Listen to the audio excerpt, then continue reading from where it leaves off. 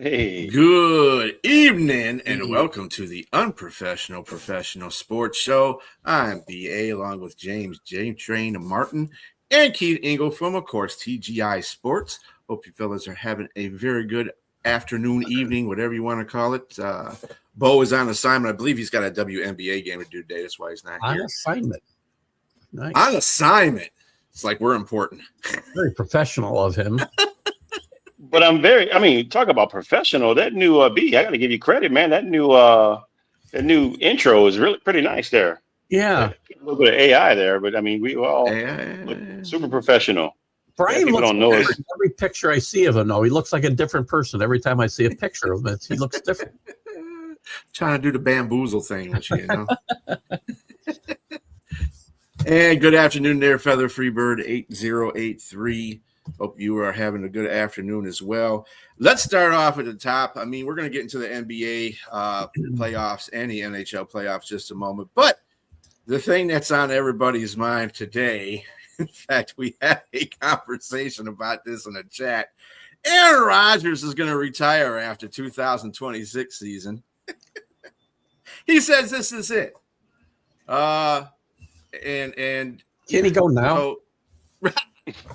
I've been saying that for the longest. But anyway. Well, thank you. Thank you, Liz. What's going on, West Coast? So what do you guys think about that?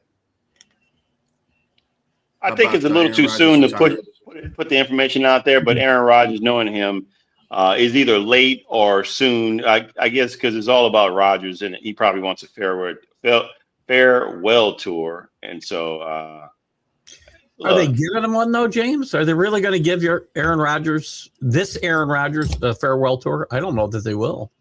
I don't know. Maybe not. Maybe. It all depends. But I know we got into a discussion about whether or not he was overrated or not. I definitely don't think he's overrated. I think he'll be, when it's all said and done, he'll be a first ballot Hall of Famer. So that's ultimately what matters. I agree. He was a great player. He was a great player. Then he became a cancer on the teams he was on, in my mind. And, Jack can say everybody on the Jets loved him. I don't care. It doesn't matter. His reputation is not good and hasn't been pretty much since he chased Mike McCarthy out of Green Bay. So let's see how that works out. Right. So,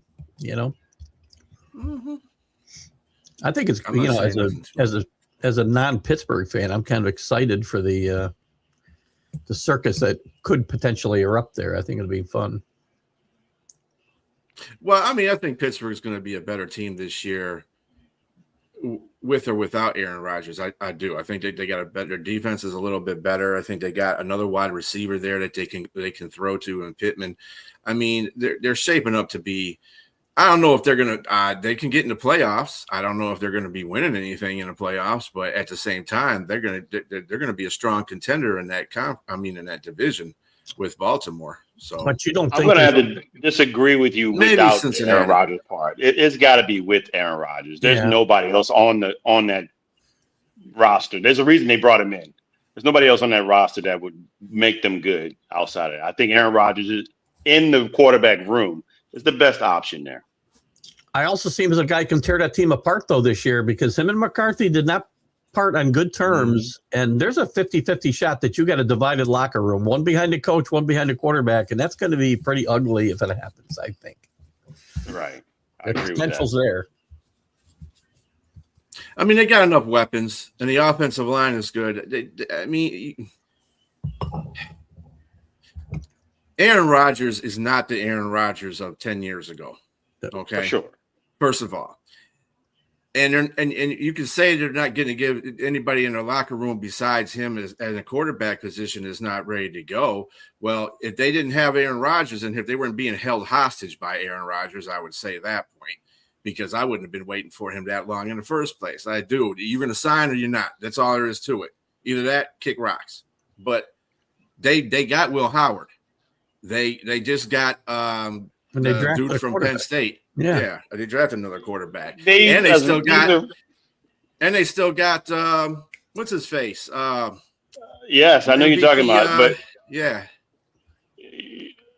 No, who you're talking about?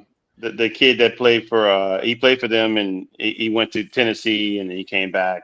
Yeah, but no, come on. You don't pay somebody $23 million guaranteed if they're not going to be the number one guy and the starter.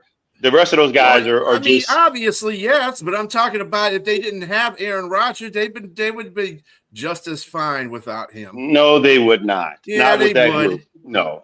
It's a huge drop off right there. First of all, you're the one that always says the rookie. You don't know what he's going to do, so you can't even include those two guys. They wouldn't be starting the rookie. But you brought the names up. It doesn't matter. You brought their names up. I'm just saying there's nobody there. There's no Mitch Trubisky is the other guy. No, I'm sorry, not Mitch Trubisky. Mason Rudolph. He's not. He's a journeyman. Right. He's not going to change. I'm just saying Aaron Rodgers last year was far in ahead better than anybody that's on that roster last year. And I would agree. Yes, there's no way. But okay, he's also not going to help those guys get better for when he's gone, because we know from his history he's not going to help those guys. That's correct. Right. Yes, so and this is what I'm going to say. B, I know you got your haterade coming out of that division where you're from. Man, come on. He's been in this division. He's been in our division.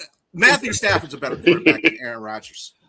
And it is what it is. You want to know what it is. You want to keep saying who was the Hall of Fame? He didn't have but one Hall of Fame receiver, and that was Devontae Adams. Well, so did Matthew Stafford. Matthew Stafford played on a worse team and did better. Well, Matthew Stafford had a far and above better receiver than Aaron Rodgers. Come on. And Calvin Johnson. Come on, you can't tell me that Calvin Johnson and Devontae Adams compare. No. Yes, sir. Yes, Aaron sir. Rodgers is supposed to be a better quarterback than Stafford, right? And he made Donald Driver better. He made Jennings better. He made a lot of those guys a lot better than what they were. Calvin Johnson, and then he went to L.A. No. Calvin Johnson was a monster no matter who he went to. He played with Reggie Ball at Georgia Tech. Come on, man. You can't tell me that Calvin Johnson is not a better receiver than Devontae Adams. He was far better. Rodgers. I just don't agree that he's. I know it. Exactly. I told you. He's overrated. I don't like him. He's not overrated. He's overrated. He is now. But you can't call a first ballot Hall of Famer overrated. You can't. That just don't work. It don't work like that.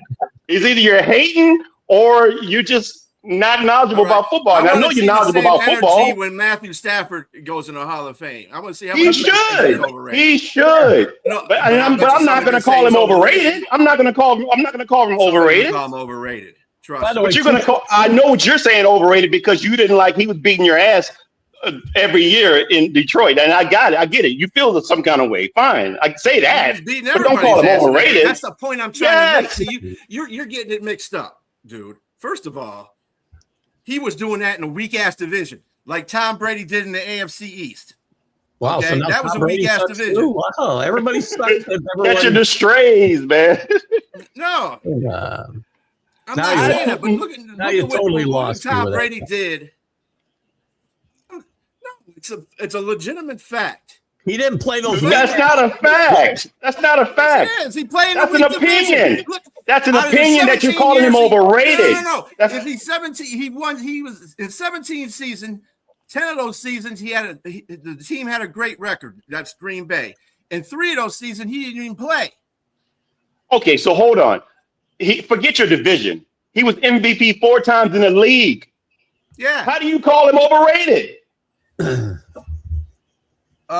San Francisco. We brought up some good points in that text. That was a great team they lost against, and he don't play defense. I'm sorry.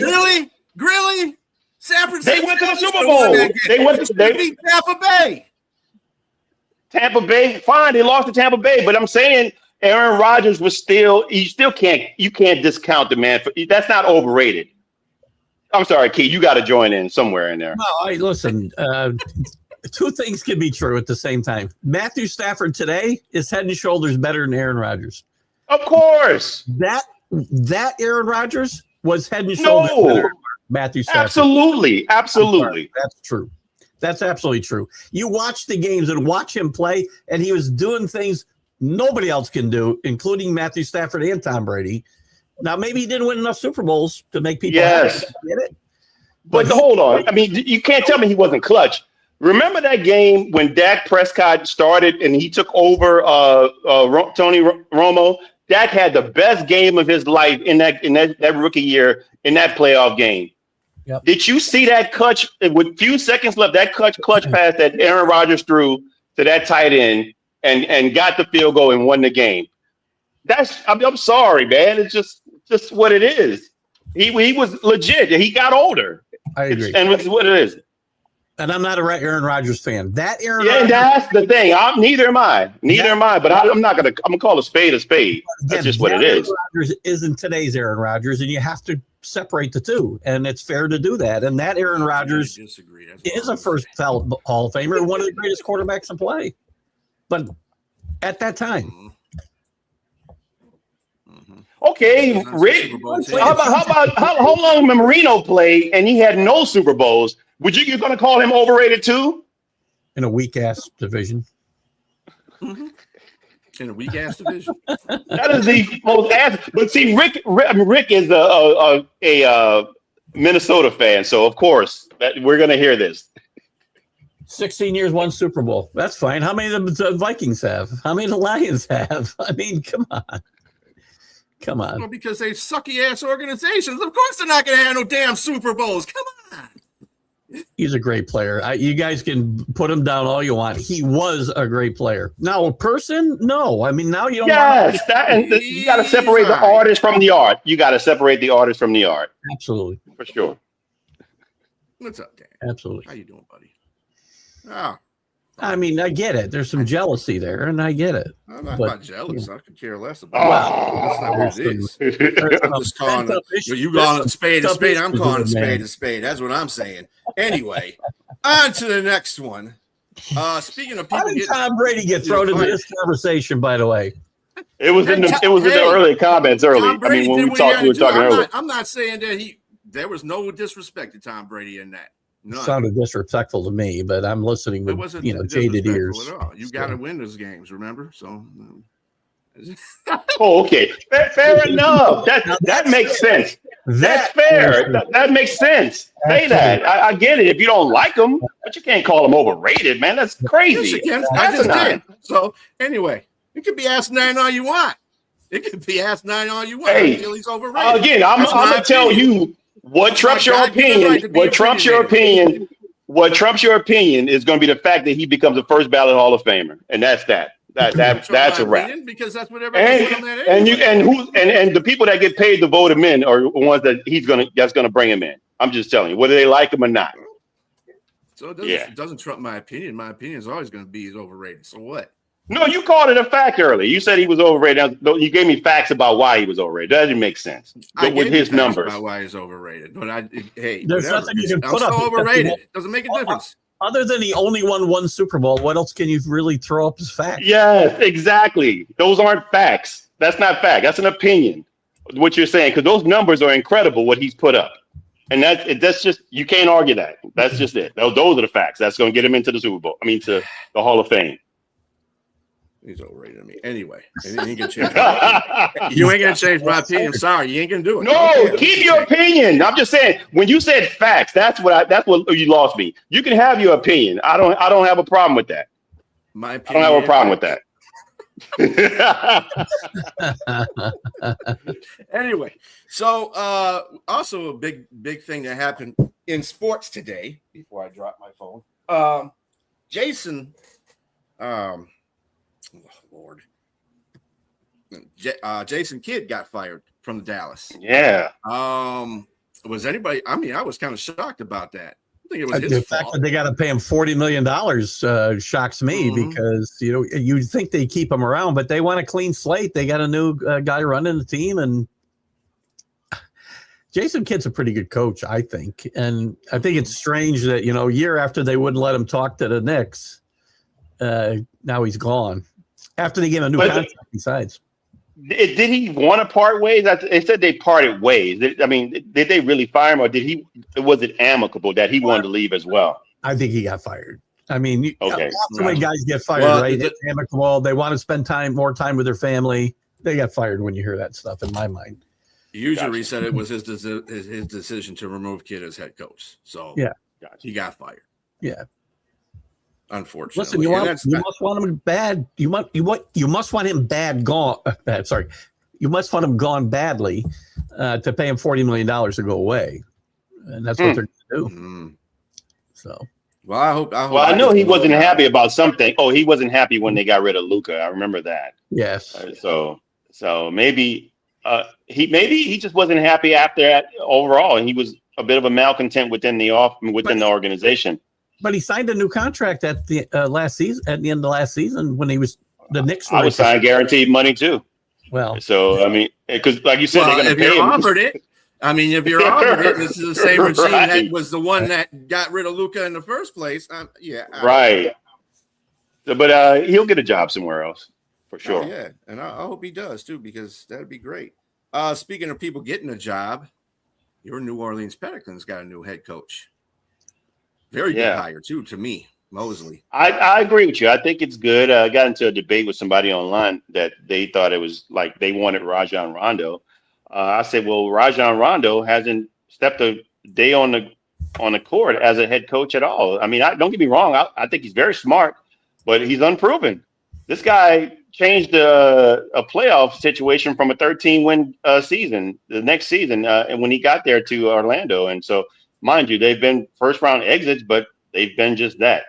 They got to the playoffs. So, I mean, I think New Orleans has a better roster than Orlando does. So, I mean, hopefully we can keep Zion healthy. That would be the biggest key, and see if they have build a really good relationship and camaraderie within that organization.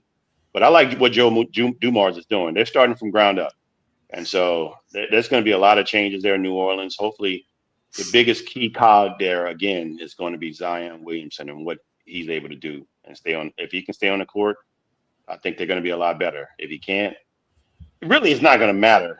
If the way San Antonio is playing, I know we're going to make a segue to that, but and OKC, anybody in the West is probably just not going to. They might as well just lay on the side of the road and just quit, because it just looks pretty nasty with both those teams. Doesn't it seem but weird? Mosley, It does seem weird that one of the Magic get rid of one of the best young coaches. Obviously, he's well respected because he gets a job right away. They dump him. And the guy they're talking to, one of the guys they're talking to, is Jeff Van Gundy, who's like as old as me. I'm shocked. And he's coached in, I don't know, how long? 12 years? Maybe more. Maybe he's going to have the former head coach, his brother, to be a consultant, a hidden consultant, a ghost consultant. Well, he coached that team already, didn't he? Stan, that's what I'm saying. Yeah, Stan coached him. Right, exactly. That's what I'm saying. Yeah. Maybe he'll have him as a consultant there. So I don't know. Didn't he win a championship in? No. I'm thinking the Eastern Conference. They got to a finals against LeBron. But they didn't. No. They beat LeBron. Yeah, they got to the finals, but they lost. Yeah, that's my bad. Yeah, I like Mosley because he's a gritty coach. He's kind of like Bickerstaff, without the really weird stuff that you say at the end of game sevens that you got your ass kicked by. But anyway, you could do without that kind of press conference. They're not disappointed in the way their season ended. Yeah. What? I'm disappointed how that. Yeah, I didn't like that whole thing at all. But it is what it is. On to the next one. Speaking of which, NBA playoffs. We're getting to the finals. Both the conferences finals are starting, and San Antonio's already got a 1-up on OKC. Very good game by Wemby, 41 and 24. I think it was 41 points, 24 rebounds. Close enough. Yes. Yeah. And he had like maybe about some like 7 blocks. I remember like 3 blocks and 5. Yeah, 3 blocks like that. Yeah. Either way, it's a freak making 28-foot 3-pointers. Is he kind of like? I mean, even though he can shoot the 3 from like 30 feet, is he kind of like Wilt Chamberlain, like Kareem and Wilt had a baby, and this is what you get? He's better defensively than both those guys, though. So Yeah. But you know what? I still see immaturity in this guy. When that game was on the line at the end of, I think it was the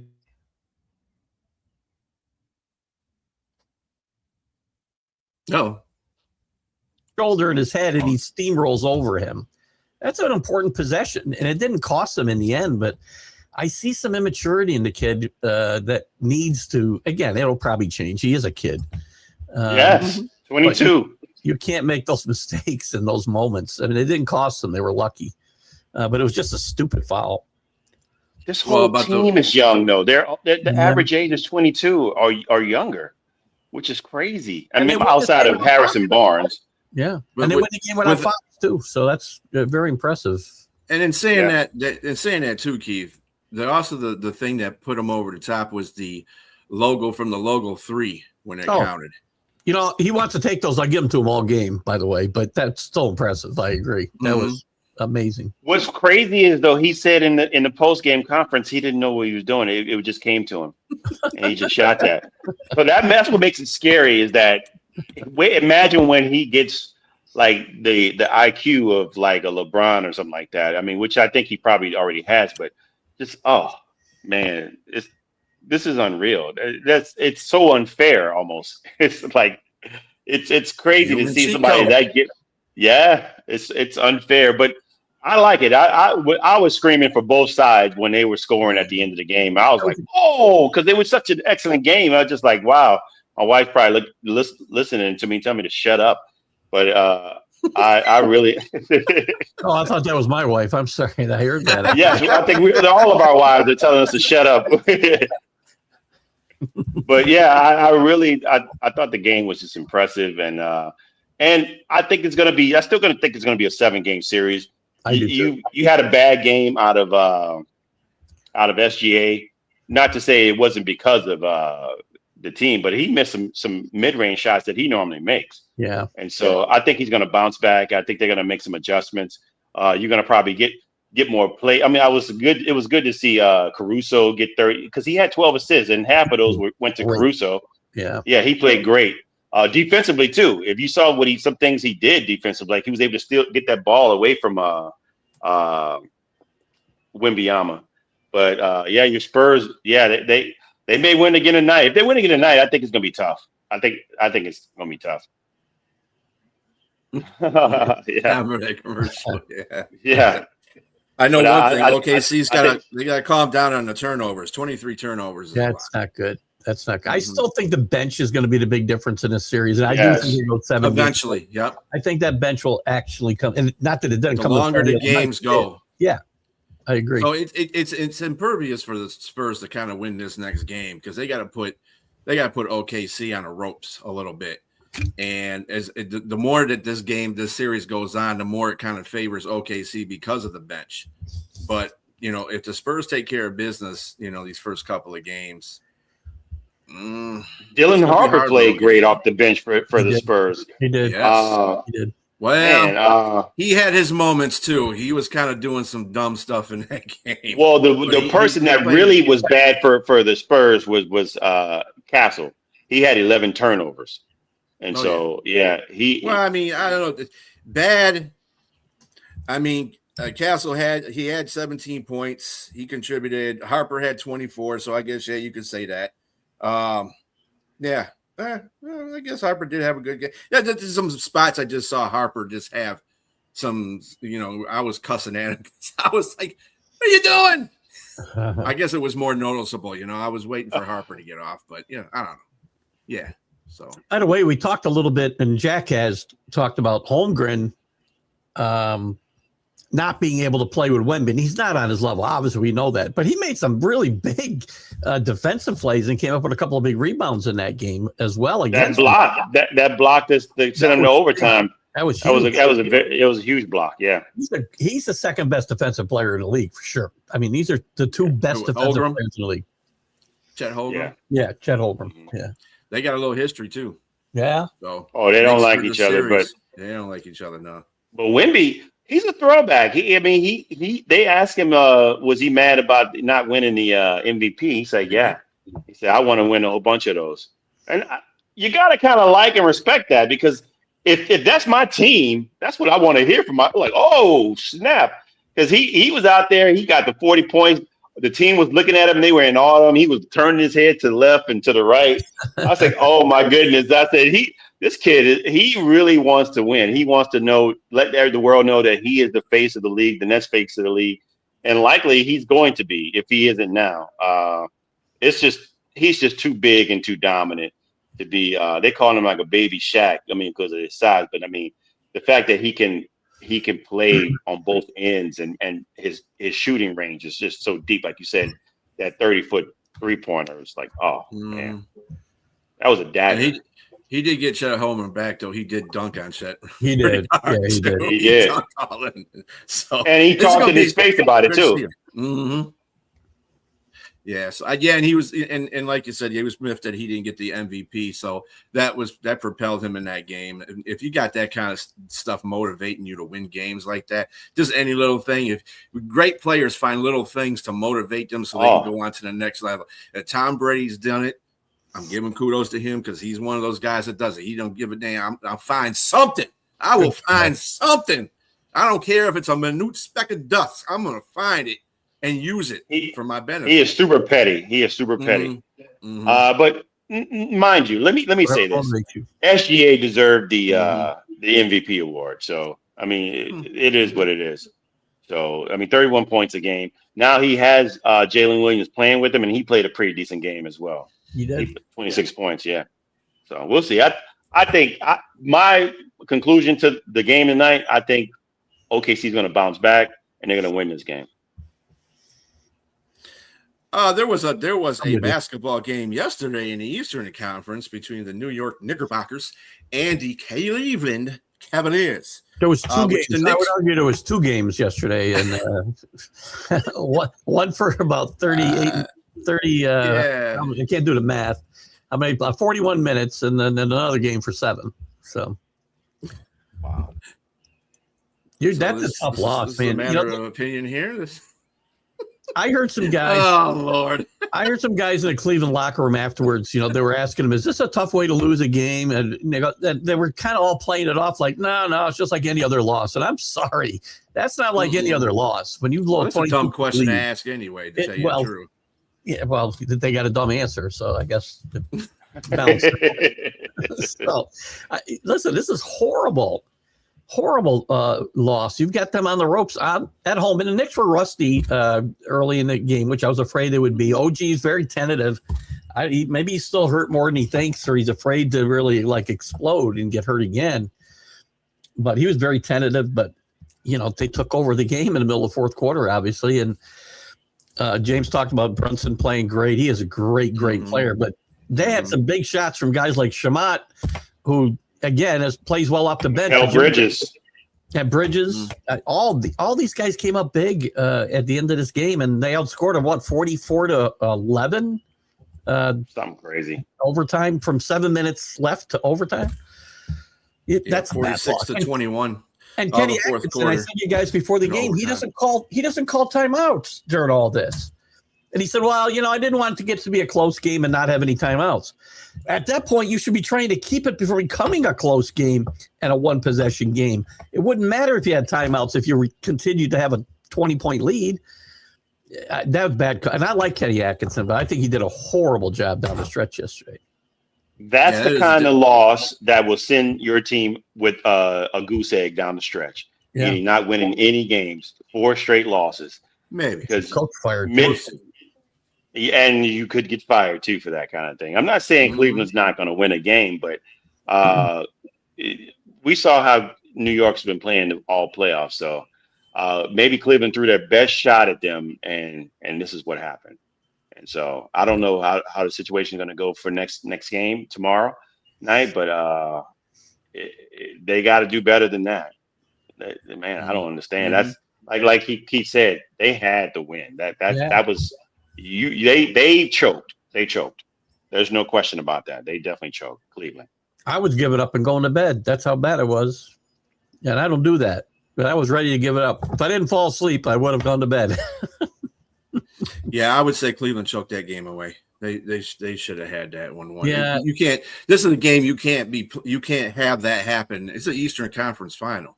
You can't have that type of game in the Eastern Conference final and just.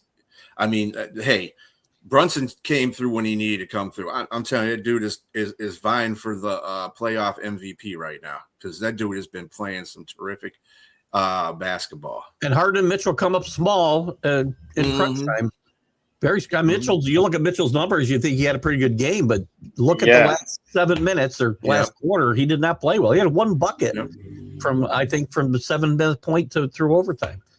That's what he did in Utah, and kind of what he's doing in Cleveland as well. So that's just his MO. I would say that Cleveland probably just woke a sleeping giant. New York still looks good. I mean, don't get me wrong. I don't know what the Giants look like in comparison to the West Coast Giants. Giants, but they are sleeping Eastern Conference Giants for sure right now. So, and I picked them to go to the finals now. It's just and let Jack be on here. He's like, "Oh, great, James. You wait to the last game to pick them to go to the finals." Yeah. And tonight is also is the OKC is going to have the rematch for Game 2 with San Antonio. Like James said, this is kind of a more important game for OKC than it is for San Antonio because OKC's got the ball in their courts, sports so to speak. So, I mean, do you see? James said OKC is going to bounce back. What do you say about that, Keith? I think they do. I mean, look at Wemby goes off and has an all-time playoff game. I mean, there aren't a lot of playoff games you can find that are better than that. And they still were in position to win this game. So I think OKC bounces back and we go to San Antonio 1-1. 7 games. I thought it'd be 7 games. I figured San Antonio, both teams are going to win on the other team's court somewhere. And you might as well do it in Game 1. And Wemby's not going to average this. He's not going to do a Wilt Chamberlain and average this type of game, 40 and 20. Right. That's not just not going to happen. So the other guy's going to have to step up, and that's where you have other guys on OKC's team, like a Jay Mitchell only had 5 shots or something like that, 5 points because he only shot like 3 shots or something like that. So it's definitely going to be it's going to differ here. You guess, Danny? Okay. What's up with Danny?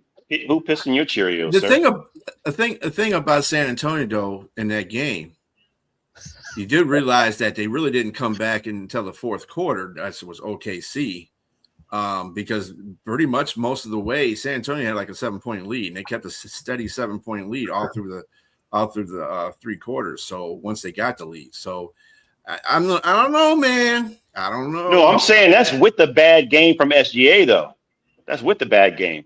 So I don't think SGA is going to have a bad game. Just like I don't just no. Look at how many shots he took. So 30, didn't he, or something? He didn't say goofy yet, though. I mean, he had a pretty bad shooting night. So I mean, and in regards to the average, it wasn't good. He had 12 assists or something like that, I think. So yeah, I mean, I think he's going to have a better shooting night. Again, we're talking about a player that averages 31 points a game. So I just think he's going to have a better game in that regard. So and again, I don't think Wemby's going to have a 40-point game every night, 24 rebound game. That's not just not going to happen. And that's ways to stop him. I think that you are not stopping. Forgive me, Wemby, if you heard this. I know you watch our show. I think it'll be in French later. We'll do it in French later as well. Yes, exactly. They're going to slow you down, Wemby. They're going to try to slow you down. They're not going to stop you. You can't be stopped. By the way, the sad part is this show makes much more sense in French than it does in English. So yes, exactly. Thus the Unprofessional Professional Sports Show. There you go. Yes.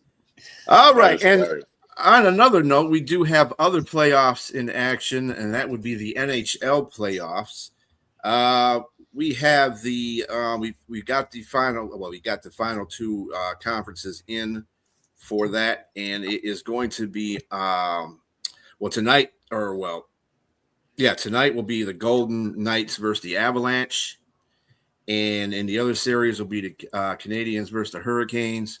Canadians got with Buffalo. Buffalo's storybook season ended in an overtime Game 7 thriller. So I still think the Hurricanes and the Avalanche are heads above either one of these teams. I'm sorry. I think they're going to – I don't know about sweep. Canadians are putting up a pretty good fight in a lot of being the only Canadian team left, got no choice right now just to save face, I think. I still think our Hurricanes are going to win that series. Either it's going to be in 6 or 5 games to me. I don't know how you feel about that. But anyway. And in today's matchup with the Avalanche and the Golden Knights are a little bit I would say they're underappreciated. They've been that series that they played in. I mean, they should have won, but it took them some know-how to win that series. And then they have to play the Avalanche, who've been rolling over everybody except for Minnesota in the one game. And John Tortorella hasn't taken long to piss people off either, meaning the press and the league, and there are press conferences out there in Vegas. Bad news for the Colorado Avalanche, though. Makar is out for Game 1, so that might be a problem. And it may not. Colorado's really a real well-built team. That's another team that I have never associated liking, but they're playing pretty good hockey this year. Danny's talking into his phone again. I don't know what the hell he's talking about here. Danny. Better off without the Canadians. I don't agree with that. I mean, look, hockey's better when the Canadians are relevant. That's all I said. I'm not a Canadians fan. It's a fact. Mm-hmm. They're one of the historic franchises in the sport, and the sport's better when they're relevant. That's all.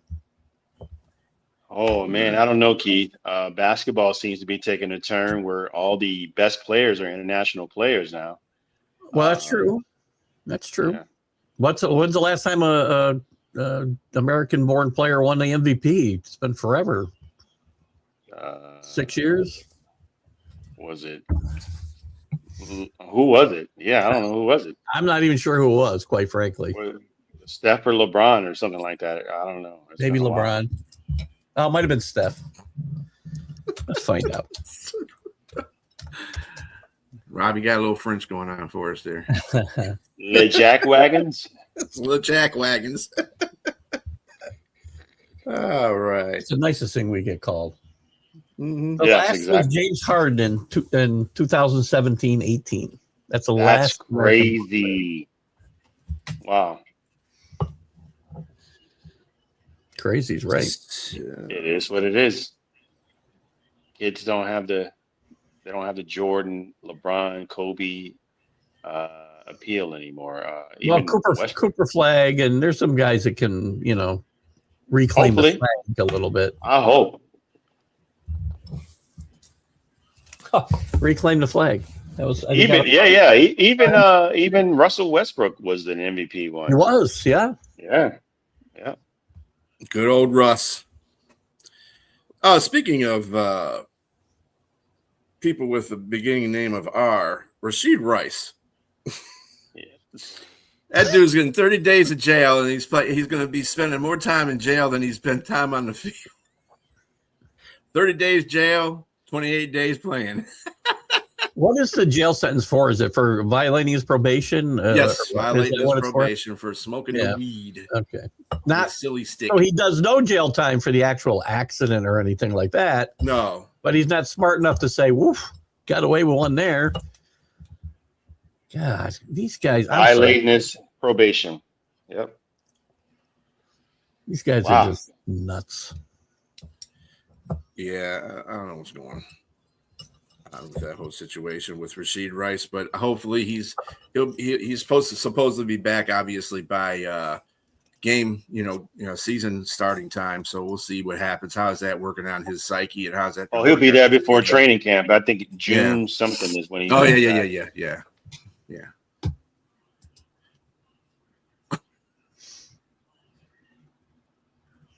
All right. And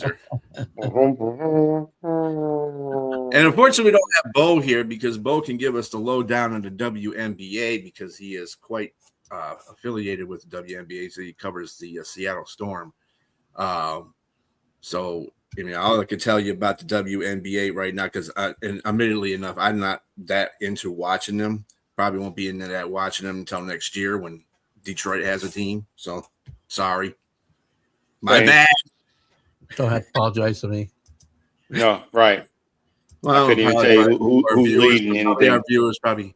Well, in the Eastern Conference, the Sky we're all sexist animals. Misogynist. I've been called that before. Misogynist, yes. Yes. Yeah, so in the Eastern Conference right now, the two elite go-getters right now are Sky and Liberty, both 3-1. Again, the season is young, so we remember that. The Western Conference is the Aces. The Aces are 4-1. How did Atlanta Dream? Dream are 2-1. 2-1. I think they play tonight too, as a matter of fact. Yeah, I can see. Do they play tonight? The Sun and the Storm are playing tonight, so this is the reason why Mr. Mann's not here. Maybe the Sky don't. I mean, Dream don't play tonight. Okay, they don't play tonight. Look, let me say this. I don't watch most NBA games until they get interesting. It's one of the things that's just tough for me to watch. We already covered that, Rob. You're late. WNBA. Yeah. Be here on time, Jens. I think that's fair. I kind of mute my feelings about the WNBA because of Bo. I want Bo to, he's trying to make his way in the world there, and it's important to him. So I kind of defer to him on that, and I'll do my ripping on another show where he's not there. All right. Well, let's have a little baseball talk since we do have baseball going on. The AL East is led by those Tampa Bay Rays. The Yankees are close on their tail. The Guardians are in the lead in the AL Central. They're 28-22. The White Sox are in second place in the AL Central. They were supposed to be a crappy team this year, but obviously the last few weeks, yeah. Mm-hmm. Is there a changing of the guard with some of these teams? Well, I'll tell you what. Detroit just doesn't have any pitchers right now. They're just holding on to stuff, and then the one pitcher that we got, he's terrible. This guy won't give you a break. Okay, well, Kit Kat. AL West. Nail Carter. Athletics are 24-24, and the second place Rangers are 24-25. So that's a break-even league there. In the National League, the Braves are still up there at 33-16. Phillies are behind them at 500, 25-25. Who do you think made out between the Phillies and the Red Sox as far as a coaching change? Do you think the Phillies did a better job with their new coach now that they're 25-25? Because both Sox are still kind of Phillies are like 15-6 since Donnie took over. So I think the Phillies have rebounded. I mean, they're still 8.5 out, but the Braves the Braves are easily the best team in baseball right now. And they're not doing it with mirrors. They're doing it. They're dominating all phases of the game. Braves are really good. Do you think the Phillies? You think the Phillies, in that situation where they changed the code, are they better for getting rid of the manager? As much as in a long run, yeah. As much as I like and respect Rob Thompson, sometimes you just got to make a change to get a different voice, and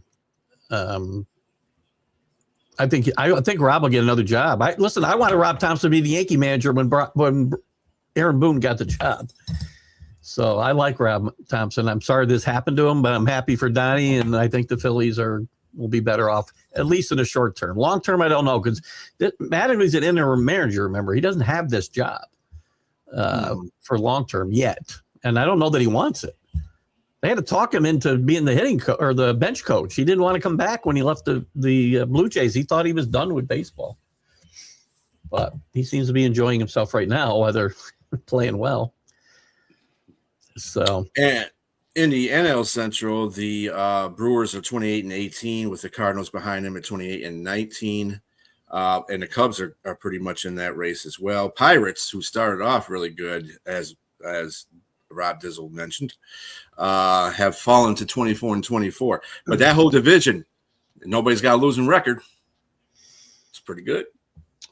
Yeah, the Cubs have been pretty bad of late. They were actually they had a decent lead here for a while over the Brewers. And then they got 2-8 in their last 10, so they haven't played well. The Reds played well early in the year, and they went into a kind of a spin as well. Now the Pirates. So I think you're going to see this in this division, kind of up and down. All these teams up and down, maybe all year long. But it's much better than it's been.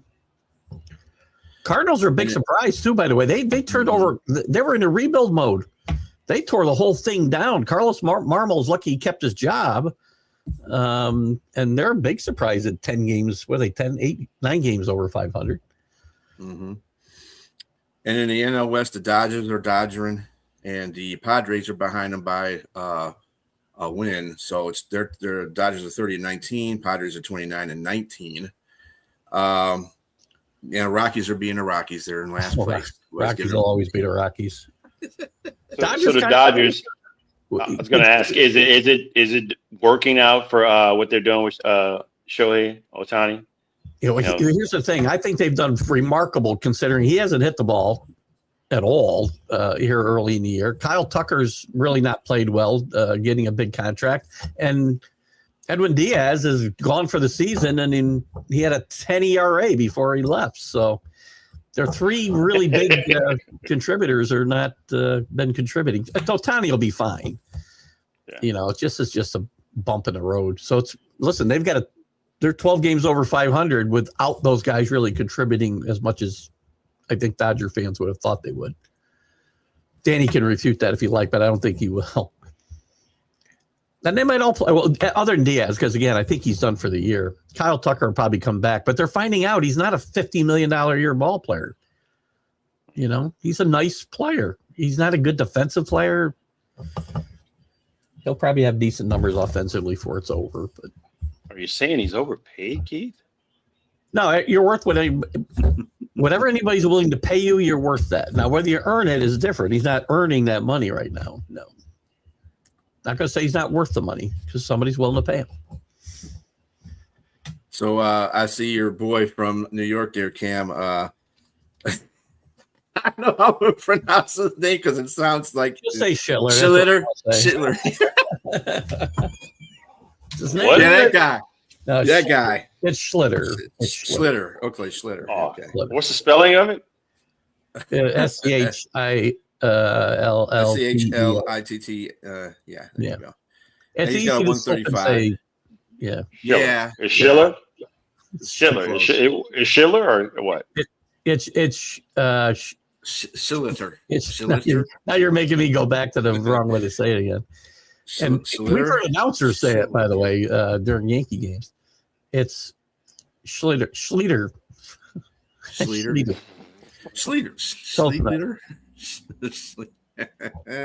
Anyway, he leads with a 135 ERA in the MLB right now. All the MLB. So he's doing pretty good. Followed by Martinez for the Tampa Bay, 151.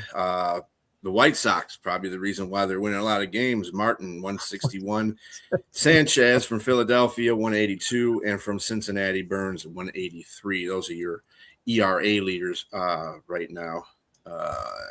So there's that. Danny's hating on me tonight. Danny, I love you. What's going on? I don't know what I did to you tonight. I just said he's worth whatever somebody's willing to pay him. He's not. I think he agreed with you, though. I think he agreed with you, huh? I can't tell if he is or not. I know he's talking into the phone, so it's hard. Sometimes it's hard to tell. So I don't know. He's talking to his grandson. Well, he's saying he's not a Golden Glove, but you are worth what somebody's willing to pay you. Yeah, I agree. So, I'm not sure what the schedule comes into it. Right? No, that's not his name, Rob. He's definitely not doing that. That's for sure. Bizzle, that's pretty close. No, he makes the other team do that because there you go. This kid is a real. I just hope he doesn't get hurt because he's a real deal. This kid is really, really good. By the way, Cole starts tomorrow or Friday. Garrett Cole will be back. Yes, that's right. Cole's coming back. Cole will be back. And Scooble is already doing pitching 2-3 weeks after he did his surgery. Shocking. Yeah. So he should be back pretty soon. That would good. That'd help out that pitching staff because they suck. Now, did It's the like- doctors tell him he could pitch, or did his agent tell him he should start throwing the ball? That's what I'm wondering. Well, I'm sure it was under advisement from the doctors as well. I hope so. He's not going out there playing a game. Let's put that out there. He's just doing warm up pitches and stuff like that. So I bullpen pitching. So I'm not worried about him coming out too early because I'm sure all that money he's going to be making. He wants to be out there in peak performance. I feel like I'm in the middle of a Beavis and Butthead show right now. Listen to Brian giggle every time the word comes up. It's hilarious. He said.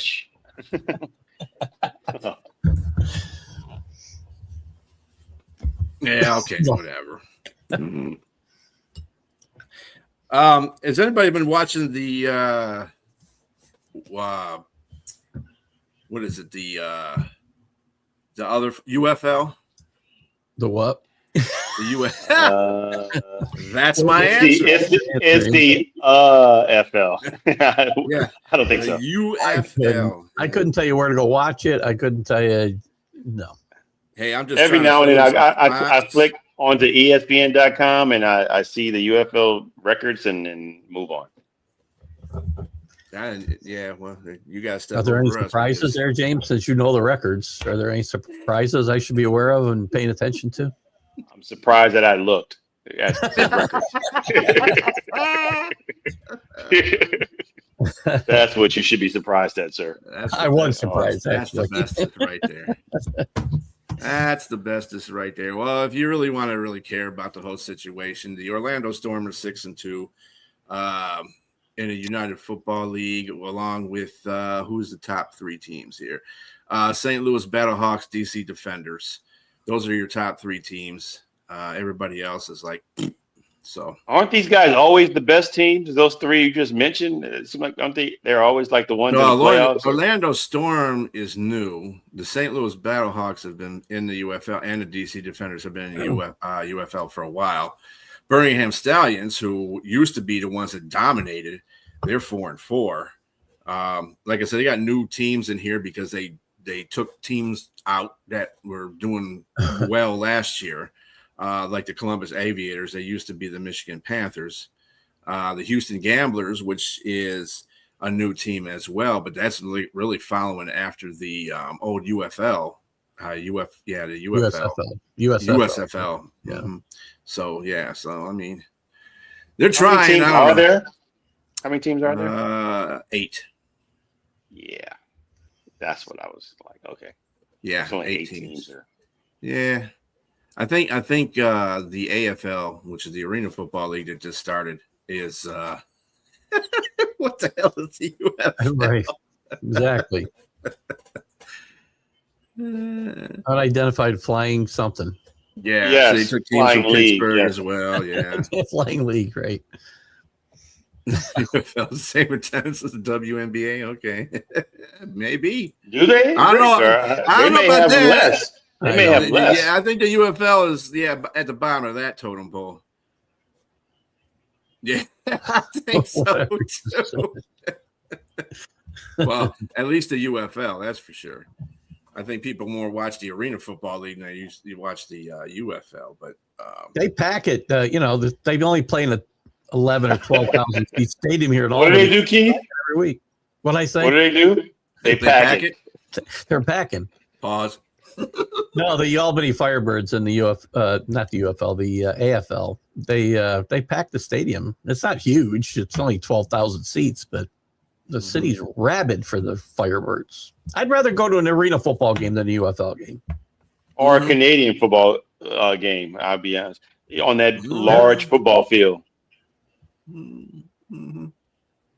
I'd still rather go to Arena Football game before I went to either one of those two. Well, yeah, Arena's great. It's high flying, actually. Yeah, I have fun at those games. Yeah. And Michigan actually has a team in that. Anyway. I would have to say this. Is there anybody else getting any more sports things going on right now that I had happened to miss? James is Is looking there all any over. tennis? I'm trying to think. Is there tennis or Yeah. boxing? Professionally, no. College, there's a lot of movement towards 24-team playoff, which is going to be just a ridiculous nightmare. And the Big Ten is leading the charge here. I haven't watched Oh, your yeah? show in a while, Keith. But what do you think about basketball moving to 70? The tournament moving to 72 teams. It's ridiculous. Here's the thing. I'd be okay if you just took whatever number you want to make. We're going to have a 64-team field. You can take 24 more teams. You can take whatever, all the rest of them, and play a play-in tournament to get to 64. You take as many at large and automatic bids as you want, 40, 48, 30. I don't care. But all those games are not NCAA tournament games, the play-in ones, right? The first four is already pushing it. But now we're going to play, 6 more games or 8 more games, whatever it is. No, yeah, I'm fine if you want to play into the tournament, but stop. These records are all going to go into the NCAA tournament, and they shouldn't. They shouldn't. I'm tired of seeing teams. Well, they won their first NCAA tournament game, and it was in the first 4. Now the NIT still exists? It does in some form. In fact, Auburn won the NIT, I think, and they were like one of the first teams left out of the NCAA. But that's what you're going to get. You're going to see a bunch of 11th and 12th place teams in the SEC and the Big Ten and the ACC get in this tournament. And who wants to watch that? It's not helping the mid-majors and teams that are, teams that had great regular seasons and maybe lost their postseason tournament. It's a money grab, and it's just like everything else, and it dilutes the tournament itself. So you can tell I hate it. Yeah, I agree with you. I don't like it either. It's ridiculous. And speaking of which, you can catch more of that brilliant commentary next on the College Huddle. That's right. It's bullshit. I'll say that a lot in the next hour. But anyway, yes, do that. And what you have to do, James? You're about to say something there. Or just said, or you could read the comments of Danny Fuller with the turtles he mentioned. He'd rather watch turtles doing it than watching UFL. UFL. Yeah, I'm with you there, though. Anyway. I don't like change. You're right. Anyway, everybody you don't like it either, Danny. Danny doesn't like this 76 teams either. He knows he doesn't. So. Bo's doing a special assignment for the Seattle Storm. They play at home today, so he's doing that. You know how he does with his WNBA. I don't like change. What are you talking about? Bo's right here with the fake hair and the tan. He's right there, man. The guy next to Keith. He's got stitches on his head. What happened to him? Right. Yes. Yeah, it is about the almighty dollar at the end of the day. Yeah. Unfortunately, capitalism is very strong in sports now. On that note, everybody have a very good evening. Again, catch Keith coming up next here on this College Huddle Report. Everybody have a blessed day. See you next week. Same bat time, same bat channel. See you guys. Peace.